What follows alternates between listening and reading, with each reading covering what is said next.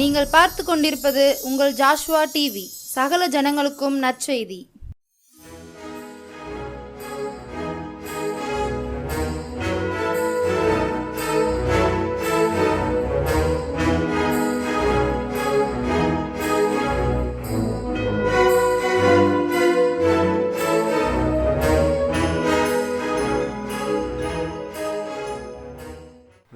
கர்த்தருடைய பரிசுத்த நாமத்து மகிமை. ஆண்டவர் ரட்சகருமாக இருக்கிற இயேசு கிறிஸ்துவின் நாமத்தினால் உங்களை அன்போடு கூட வாழ்த்துகிறேன். வார்த்தையில் ஜீவனுள்ளவரே என்கிற இந்த செய்தி வேளையிலே உங்களை சந்திப்பதில் மிகுந்த சந்தோஷம். இந்த புதிய ஆண்டு உங்களுக்கு மிகுந்த ஆசீர்வாதமாக இருக்கும்படி உங்களுக்காக நாங்கள் வேண்டிக் கொள்கிறோம். நீங்களும் ஹல்லேலூயா ஜெபத்தின் ஊழியத்திற்காக, ஜோஷுவா டிவியினுடைய ஊழியத்திற்காக ஜெபித்து கொள்ளுங்க. ஆண்டு உங்களை ஆசீர்வதிப்பார். ஆமென். உங்களுடைய ஜெப குறிப்புகள் நீங்கள் என்ன இருந்தாலும் எனக்கு நீங்கள் எழுதி அனுப்பலாம். இந்த 1155 முடிகிற இந்த நம்பருக்கு நீங்கள் வாட்ஸ்அப் பண்ணலாம். நீங்கள் எங்களை தொடர்பு கொள்ளலாம். உங்களுக்காக தொடர்ந்து ஜெபிப்போம். ஆண்டவர் உங்களை ஆசீர்வதிப்பார். ஆமென். அல்லேலூயா. கர்த்தருக்கே மகிமை உண்டாவதாக. இந்த புதிய ஆண்டு நீங்களும் நானும் வாக்குத்தத்தத்தின் சுதந்திரவாளியாக தேவனுடைய நிறைவான ஆசீர்வாதத்தை பெற்றுக்கொள்வர்களாக இருக்க என்ன செய்ய வேண்டும் என்று சொல்லி நாம் என்ன செய்ய இருக்கிறோம்? தியானிக்க இருக்கிறோம். கர்த்தருக்கு மகிமை உண்டாகட்டும். ஆண்டவருடைய தீர்க்க தரிசனமான வேத வசனங்கள் அது நிறைவேறிக்கொண்டே வருகிறது. அநேகருக்குள் காலங்கள், யுகங்கள், ஆமென், குடும்பங்கள், ஜாதிகள், தேசங்கள் என்று எல்லாருக்குள்ளேயும் ஊழியங்கள் என்றும் ஆண்டவர் நிறைவேற்றி கொண்டே வருகிறார். இதே போல் இந்த 25வது ஆண்டிலேயும் ஆண்டவர் நமக்கு நிறைவான காரியங்களை செய்கிறவராக இருக்கிறார் என்று தியானிக்க இருக்கிறோம். வாசிப்போம். நமக்கு வாசிக்கக்கூடியதான தலைப்பு வசனம் 2025க்கு ஆண்டவரை நாம் எவ்வாறாக சுதந்தரித்து கொள்ள இருக்கிறோம். வாசிப்போம். எபேசியருக்கு அப்போஸ்தலனாகிய பவுல் எழுதின நிருபம் 1வது அதிகாரம் வாசிப்போம். 23வது வசனத்தை பாருங்கள். எல்லாவற்றையும் எல்லாவற்றாலும் நிரப்புகிறவருடைய நிறைவாகிய சரீரமான சபைக்கு அவரை எல்லாவற்றிற்கும் மேலான தலையாக தந்தருளினார். ஆமென். அல்லேலூயா. ஜெபிப்போம். கிருபை நிறைந்த எங்கள் அன்பின் பரலோக பிதாவே, இயேசு கிறிஸ்துவின் நாமத்தினால் உம்மை ஸ்தோத்திரிக்கிறோம். இந்த செய்தி வேளையில் ஆண்டவரே மகிமை வெளிப்படட்டும், இந்த வல்லமை வெளிப்படட்டும். நீர் வார்த்தையில் ஜீவனை வைத்திருக்கிறீர். எங்கு செல்வோம் ஆண்டவரே? ஜீவவசனம் இடத்திலல்லவா இருக்கிறது என்று அன்றைக்கு சீசர்கள் உம்மை நோக்கி கதறினார்களப்பா. ஆண்டவரே, உம்முடைய ஜீவனுள்ள வார்த்தை ஒவ்வொரு ஆத்துமாவிற்கும் நீங்கள் அனுப்புங்க. கேட்கிறவர்கள் ஆண்டவரே தன்னுடைய வாழ்க்கையில் அதை அபியாவசியப்படுத்தி கொள்ளணும் ஐயா. உடைய நாமத்திற்கு மைமர பண்ணுங்க ராஜா. உடைய வார்த்தையை, உடைய எழுத்தை சுமக்க தெரிவிக்க எவ்வளோ வேணும் தகுதியே கிடையாது ஐயா. நீங்கள் பேசுங்க. சகல துதிக்கான மகிமை எல்லாம் இயேசுவுக்கு செலுத்துகிறோம். இயேசு கிறிஸ்துவின் நாமத்தினால் வேண்டி ஜெபிக்கிறோம் ஜீவனுள்ள நல்ல பிதா. ஆமென். ஆமென். அல்லேலூயா. கர்த்தருடைய பரிசுத்த நாமத்திற்கு மகிமை உண்டாகட்டும். அருமையான பவுல் அப்போஸ்தலன் மூலமாக ஆண்டவர் உரைத்திருக்கிற நல்ல ஒரு வார்த்தை என்ன பாருங்கள். 2025 ஆண்டவர் நமக்கு யாராக இருக்க வேண்டும் என்று சொல்லி நம்ம என்ன செய்ய போகிறோம் பார்க்கிறோம். நம்முடைய ஆண்டவர் பிதாவாக இருக்கிறார். நம்முடைய ஆண்டவர் குமாரனாக இருக்கிறார். நம்முடைய ஆண்டவர் பரிசுத்த ஆவியானவராக இருக்கிறார். 3 பேருக்கும் 3 தன்மை இருக்கிறது. 3 பேரும் வேறு வேறு கர்த்தர் ஸ்தோத்திரம் ஒவ்வொரு தரப்பட்டவராகவும் இருக்கிறார்கள், ஒருவராகவும் இருக்கிறார். கர்த்தருக்கு மகிமை உண்டாகட்டும். ஆனபடினால அவருடைய தன்மையை வைத்து நாம் அழைக்கிறோம். அவர் தகப்பனாக, அவர் குமாரனாக, அவர் ஆவியாக. அப்போ தேவன் தன்னுடைய தன்மைகளை நம்மோடு கூட இடைப்படுகிறார் அவருடைய கிரியைகள் மூலமாக. இன்றைக்கும் நமக்கு அப்பாவாக இருக்கிறாங்க, நம்முடைய அப்பா, நம்முடைய பெற்றெடுத்த தகப்பனா. ஆனால் அவர் நம்முடைய பெரியப்பா சித்தப்பாவுக்கு அவங்க சகோதரராக இருக்கிறாங்க. கர்த்தருக்கு மகிமை. என்னுடைய மனைவிக்கு எங்கள் தகப்பனார் மாமாவாக இருக்கிறார். கர்த்தருக்கு ஸ்தோத்திரம். என் பிள்ளைகளுக்கு எங்கள் அப்பா யாராக இருப்பார்? தாத்தாவாக இருப்பார். யோசித்து பாருங்கள். ஒரே நபருக்குள்ளே எத்தனை குணாதிசயங்கள் இருக்கிறதுன்னு யோசித்து பாருங்கள். எத்தனை அந்த கர்த்தருக்கு ஸ்தோத்திரம், கர்த்தருக்கு மகிமை, அந்த காரியங்கள் அவர்களுக்குள் இருக்கிறதுன்னு பாருங்கள். அதனால் ஆண்டவருடைய செயல்பாடுகளை வைத்து அவருடைய நாமம் என்ன செய்யப்பட்டிருக்கிறது? அதாவது வேதத்தில் அறிவிக்கப்பட்டிருக்கிறது. அந்த வேதத்தில் இந்த வருஷத்துக்கு ஆண்டவர் உங்களுக்கு யாராக இருக்க வேண்டும்? ஆமேன். வேதம் சொல்கிறது, கர்த்தருக்கு ஸ்தோத்திரம். அவர் அதிசயமானவர் என்று வேதத்தில் எழுது. என்னுடைய நாமத்தை கேட்பானேன், என்னுடைய நாமம் என்ன அதிசயம் என்று நாம் நியாயாதிபதியின் புத்தகத்தில் வாசிக்கிறோம். அதிசயமானவர் ஏசாயா சொல்லுகிறார். ஆலோசனை கர்த்தர், ஆலோசனை அவரை மாறி கொடுக்க யாரும் முடியாது. நித்திய பிதா, சமாதான பிரபு, வல்லமையுள்ள தேவன் என்று ஆண்டோடைய நாம வேதத்தில் அநேக காரியங்கள் உரைக்கப்பட்டிருக்கிறது. அப்போது ஆண்டோடைய நாமத்தை உரைக்கிற வேதத்தில் அநேக காரியங்களுக்கு காரணம் என்ன? அவருடைய கிரியைகள், அவருடைய மகத்துவமான செயல்பாடுகள். அந்த ஆசீர்வாதத்தை நாமும் என்ன செய்யிருக்கிறோம்? சுதந்திரிக்க இருக்கிறோம். 2025 ஆண்டவர் உங்களுக்கு தன்னுடைய கிரியையில் எப்படி உங்கள் குடும்பத்தில் சேரணும், யாராக உங்களுக்கு இருக்கணும் அப்படின்னு சொல்லி என்ன செய்ய போகிறோம்? பார்க்க போகிறோம். ஏனென்றால் ஆண்டவர் வரப்போகிறார். வேதம் சொல்கிறது, அவர் எப்படி வரப்போகிறாரான்னு தெரியுமா? நியாயாதிபதியாய் வரப்போகிறார். அவருக்கு முன்னால் அன்பே இருக்காது, அப்போ இரக்கமே இருக்காது. ஏன்னா ஜட்ஜ்மெண்ட் கொடுக்குற அந்த ஜட்ஜு அவர் ஒரு நாள் என்ன செய்ய முடியாது, யாரிடத்துலையும் இரக்கம்லாம் பாராட்டவே முடியாது. கர்த்தருக்கு ஸ்தோத்திரம். அப்போது அவர் குணாதிசயங்கள் இருக்கும்போது இப்போ அவரை நம்ம யாராக சுதந்திரித்து கொள்ள வேண்டும்? இங்கே எழுதப்பட்டிருக்கிறது, அவர் எல்லாவற்றையும் எல்லாவற்றாலும் நிரப்புகிறவர் என்று என்ன செய்யப்பட்டிருக்கிறது? எழுதப்பட்டிருக்கிறது. அவரை நம்முடைய சபைக்கு அவர் தலையாக தந்திருக்கிறார், பிதாவாகிய தேவன் என்று வாசிக்கும். நம்முடைய ஆண்டவரால் நிரப்ப முடியும்.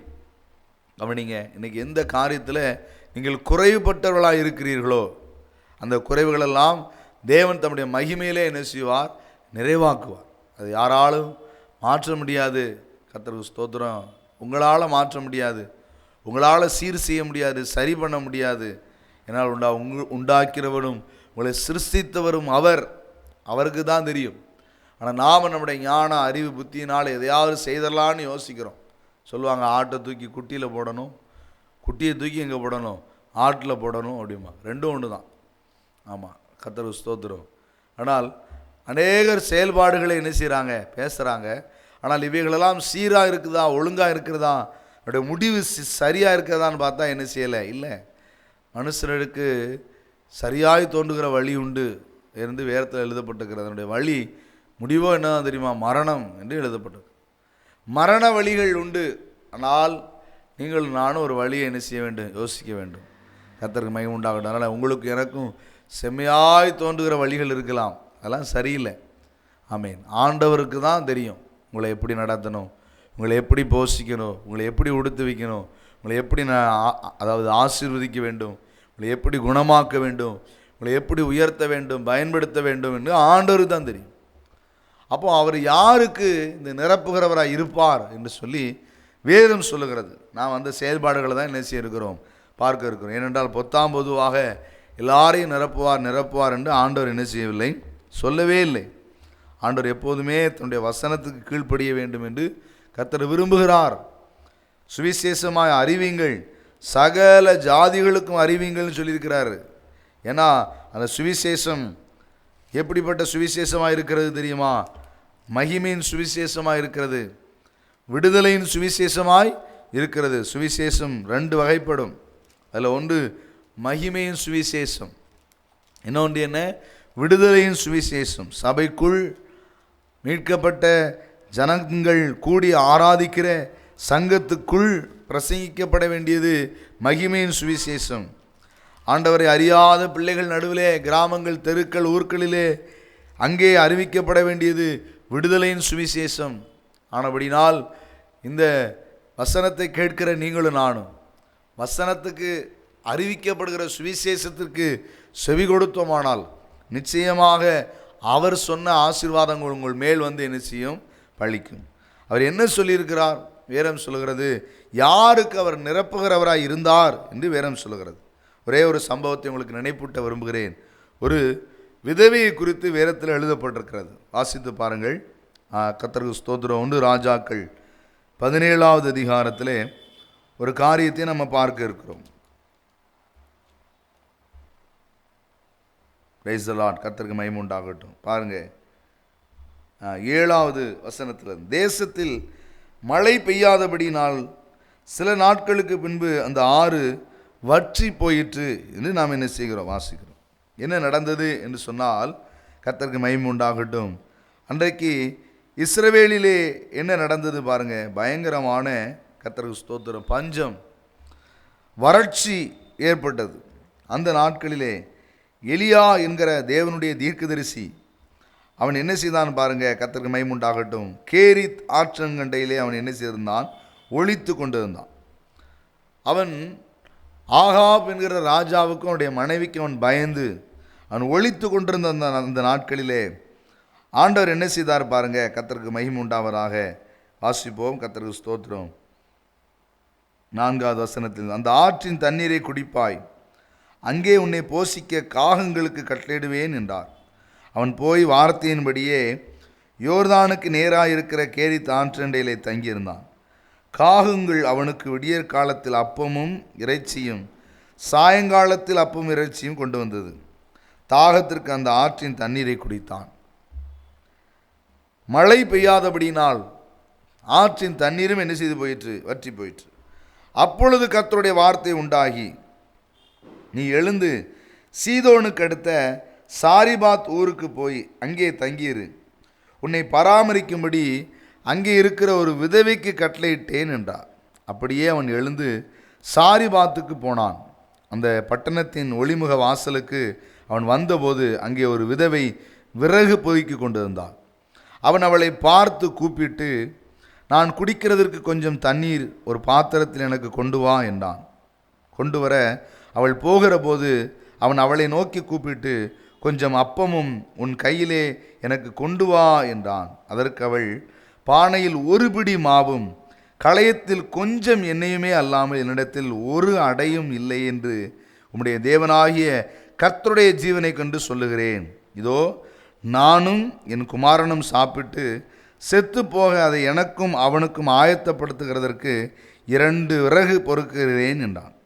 நல்ல கவனிங்க, கர்த்தருக்கு மகிமை உண்டாகட்டும். தரித்திரத்தினால், பஞ்சத்தினால், கர்த்தருக்கு ஸ்தோத்திரம், என்ன நடக்குது பாருங்க. அந்த விதவையானவள் அவளுடைய பசி நிமித்தமாக, பிள்ளையினுடைய பசி நிமித்தமாக அவள் ஒரு முடிவு எடுக்கிறாள்.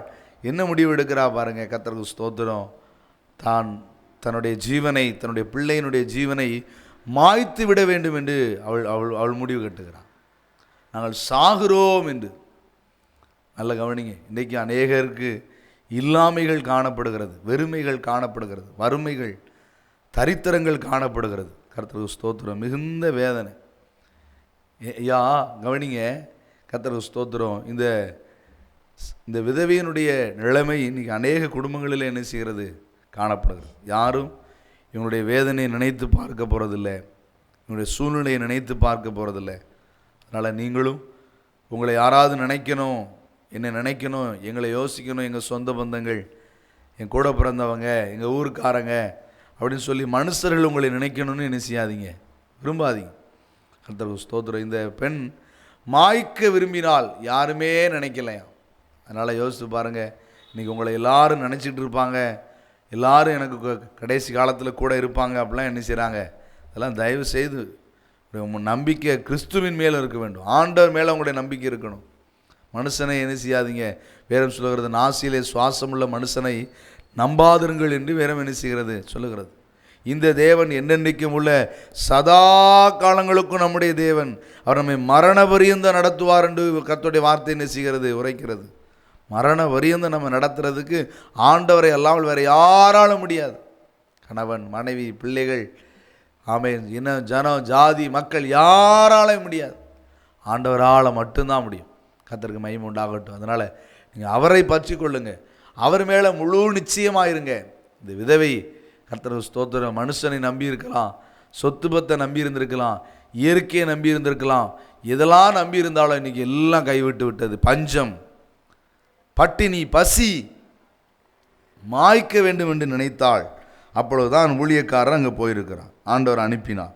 கர்த்தருக்கு ஸ்தோத்திரம். அப்பொழுது எலியா அவளை பார்த்து, பயப்படாதே, நீ போய் உன் வார்த்தையின்படி ஆயத்தப்படுத்து, ஆனாலும் முதல் அதிலே எனக்கு ஒரு சிறிய அடைய பண்ணி என்னிடத்தில் கொண்டு வா, பின்பு உனக்கும் உன் குமாரருக்கும் என்ன செய்யலாம், பண்ணலாம் என்றார்.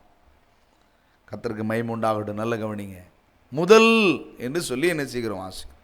இன்றைக்கி கர்த்தருடைய பிள்ளைகளாக இருக்கிறதான உங்களிடத்தில் என்னிடத்தில் ஆண்டவர் எதிர்பார்க்கிற ஒரு காரியம் என்ன பாருங்கள், முதல் இந்த 2025 உங்களுக்கு எனக்கு ஆசீர்வாதமாக இருக்க வேண்டுமானால் கர்த்தருக்கு மகிமை உண்டாகட்டும். வாசிப்போம். நீதிமொழிகளின் புஸ்தகத்தை திருப்பிக் கொள்ளுங்க, அதில் வாசிங்க, 3வது அதிகாரத்தை பாருங்கள். கர்த்தருக்கு மகிமை.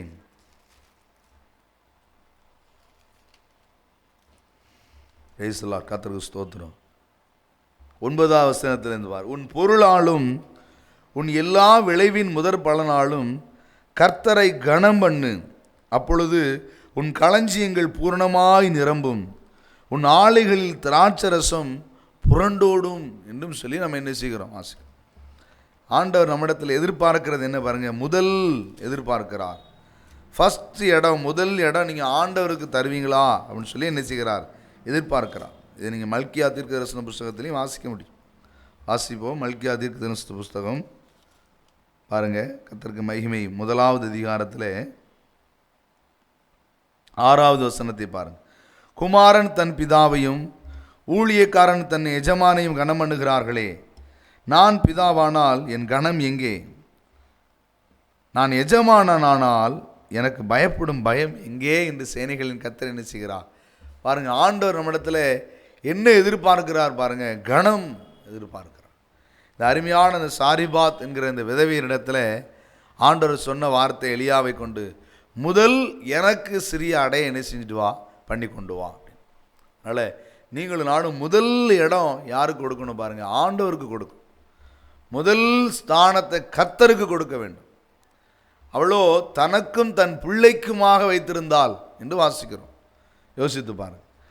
ஏன்னா தனக்குன்னு இருக்கிறத, உனக்கு உனக்கு எனக்கு அப்படின்னு இருக்கிறத முதலாவது இடத்தை யாருக்கு கொடுங்க, ஆண்டவர் கொடுங்க. அது உங்கள் குடும்பமாக இருக்கலாம், ஜாதியாக இருக்கலாம், உங்கள் சொத்து பத்தாக இருக்கலாம், படிப்பாக இருக்கலாம், திருமணம், எந்த காரியமாக இருக்கிறதோ உங்களுக்கு எனக்கு அப்படின்னு முதலிடம் கொடுக்காம முதல் இடம் ஆண்டவருக்கு என்ன செய்யணும், கொடுக்கணும். ஆபேல் காயின் 2 பேர் காணிக்கை கொடுக்குறாங்க. ஒருவருடைய காணிக்கை அங்கீகரிக்கப்பட்டதோடைய காணிக்கை அங்கீகரிக்கப்படவில்லை. கணம் சிலதை கொடுத்தார்கள், முதற் பலனானதை கொடுத்தார்கள். கர்த்தருக்கு மகிமை. நல்ல கவனிங்க. அப்போ நீங்களும் நானும் அந்த பொருளினால் அல்ல, நீங்கள் ஆண்டவருக்கு மேலே வச்சிருக்கிற அந்த மரியாதை, அந்த கணம், அவருக்கு நீங்கள் கொடுக்குற முதலிடம். கர்த்தருக்கு ஸ்தோத்திரம். இன்றைக்கி அநேகர் ஆண்டவருக்கு முதலிடம் என்ன செய்கிறதில்ல, கொடுக்கறதில்லை. வேறம் சொல்கிறது, முதலாவது தேவனுடைய ராஜ்யத்தை அவருடைய நீதியும் தேடுங்கள் என்று. இன்றைக்கி பணத்தை தேடுறாங்க, வாய்ப்பு வசதிகளை தேடுறாங்க, பெயர் புகழை பட்டத்தை பதவியை தேடுறாங்க. ஆமேன். கர்த்தருக்கு ஸ்தோத்திரம். யோசித்து பாருங்கள். பிள்ளைகளெல்லாம் படிக்கணும் படிக்கணும் படிக்கணும் தாய் தகப்பன்னு சொல்லி கொடுக்குறாங்க. யோசித்து பாருங்கள். ஒரு காலத்தில் நம்ம படிக்காமல் இருந்தோம், இன்றைக்கி நல்லா படிக்கிறாங்க. கர்த்தருக்கு ஸ்தோத்திரம். ஆனால் படிக்காமல் இருந்த பொழுது இத்தனை அனாதை ஆசிரமங்கள் இல்லை, இத்தனை முதியோர் இல்லங்கள் இல்லை. கர்த்தருக்கு ஸ்தோத்திரம். ஏன் தெரியுமா? இன்றைக்கி படிச்சுட்டாங்க, தாய் தகப்பன் மேலே அன்பு இல்லை. ஏன்னா நாம் எதை கற்றுக் கொடுக்கல, வார்த்தையை கற்றுக் கொடுக்கல. முதலாவது தேவனுடைய ராஜ்யத்தை, ஆண்டவருடைய வார்த்தையை சொல்லிக் கொடுங்கய்யா. முதலிடம் படிப்பு தேவையில்லைன்னு சொல்லலை, ஆண்டவரே படிக்க சொல்லி கொடுக்குறார். ஆமேன். வேறம் சொல்கிறது, ஒரு கல்விமானி நாவை தருவார். காலையிலே எழுந்து ஜோம் பண்ணணுமா, ஏசையா தீர்க்கதரிசனத்தில் எடுக்கப்பட்டது. காலையிலே எழுந்துச்சு ஜோம் பண்ணால் ஆண்டவர் கல்விமானி நாவை என்ன செய்வார். இங்கே முதல் இடத்தை கொடுத்த உடனே வேரத்தில் சொல்லப்பட்டிருக்கிறது பாருங்கள். கர்த்தருக்கு ஸ்தோத்திரம். கர்த்தர் தேசத்தின் மேல் மழையை கட்டளையிடும் நாள் மட்டும் பானையின் மா செலவழிந்து போவும் இல்லை, கலசத்தில் எண்ணெய் குறைந்து போவும் இல்லை என்று இஸ்ரவேலின் தேவனாகி கர்த்தர் சொல்லுகிறார் என்றான். அவள் போய் எலியாவின் சொற்படி செய்தாள். பாருங்க, அவளும் இவனும் அவள் வீட்டாரும் அநேக நாள் என்ன செய்தார்கள், சாப்பிட்டார்கள். வேறம் சொல்லுகிறது, அவன் சொன்ன வார்த்தையின்படியே பானையிலே மா செலவழிந்து போகும் இல்லை, களஞ்சியத்தில் அதாவது கலசத்தில் எண்ணெய் குறைந்து போகும் இல்லை. எது வரைக்கும் குறைஞ்சு போகல தெரியுமா? இந்த பஞ்சம் தரித்திரம் மாறுற வரைக்கும் குறைவு இல்லை, நிறைவு. நல்ல கவனிங்க. முழு அவங்க சாகணும்னு நினச்சி தானும் மகனும் சாப்பிட்டு சாகணும்னு நினச்சாங்க. ஆனால் இப்போ முதல் ஸ்தானத்தை, முதலிடத்தை ஆண்டவருக்கு கொடுத்தோன்னே என்ன ஆகிட்டு பாருங்க. கர்த்தருக்கு ஸ்தோத்திரம். அவளும் இவனும் அவள் வீட்டாரும் அநேக நாள் என்ன செய்யலாம், 2 பேர் சாப்பிட்டு பசியார முடியாமல் சாக நினச்சவங்க இப்போ எலியாவும் சாப்பிட்றார், அம்மாவும் அந்த அம்மாவும் விதவையும் சாப்பிட்றான், மகனும் சாப்பிட்றான், அவங்க வீட்டாரும் குடும்பத்தில் இருக்கிற அவ்வளோ பேரும் சாப்பிட்றான், சொந்த பந்தம் சொக்காரன் அக்காரன் அவ்வளோ பேரும் சாப்பிட்றான். இதுக்கு காரணம் என்ன தெரியுமா? முதல் இடத்தை நீங்கள் ஆண்டவர் கொடுத்தா நீ இனி பசியாக இருப்பதில்லை, நீ யாரிடத்திலும் கையேந்துவதில்லை, நீதிமானுடைய சந்ததி அப்பத்துக்கு இறந்து திரிய முடியாது. நீ முதல் ஸ்தானத்தை ஆண்டவருக்கு கொடுங்க. எல்லா மகிமையும் கனமும் துதியும் ஸ்தோத்திரமும் ஆராதனையும் அவர் ஒருவருக்கே எல்லாத்தையும் அப்புறப்படுத்துங்க. கர்த்தருக்கு முதலிடம் கொடுங்க. ஆண்டவர் உங்களை ஆஸ்வதிப்பார். இந்த 2025 உங்களுக்கு நிறைவான ஆண்டாக, குறையவே இல்லை அப்படின்னு சொல்லுகிற ஆண்டாக இருக்கட்டும். கர்த்தர் உங்களை ஆஸ்வதிப்பார். ஜெபிப்போம். பரிசுத்தமும் கிருபை நிறைந்த நல்ல பிதாவே, இயேசுவின் நாமத்தினால் உம்மை ஸ்தோத்திரிக்கிறோம். வார்த்தை கேட்ட பிள்ளைகள் முதல் இடத்தை கணத்தை உமக்கு செலுத்துகிறவர்களாக மாற்றும், தாழ்த்தி வறுமையாக்குகிறோம். மகிமை கணம் துதி எல்லாம் இயேசுவுக்கு செலுத்துகிறோம். இயேசு கிறிஸ்துவின் நாமத்தினால் வேண்டி ஜெபிக்கிறோம் ஜீவனுள்ள நல்ல பிதாவே. ஆமென். அல்லேலூயா. கர்த்தர் உங்களை ஆசீர்வதிப்பார். ஆமென்.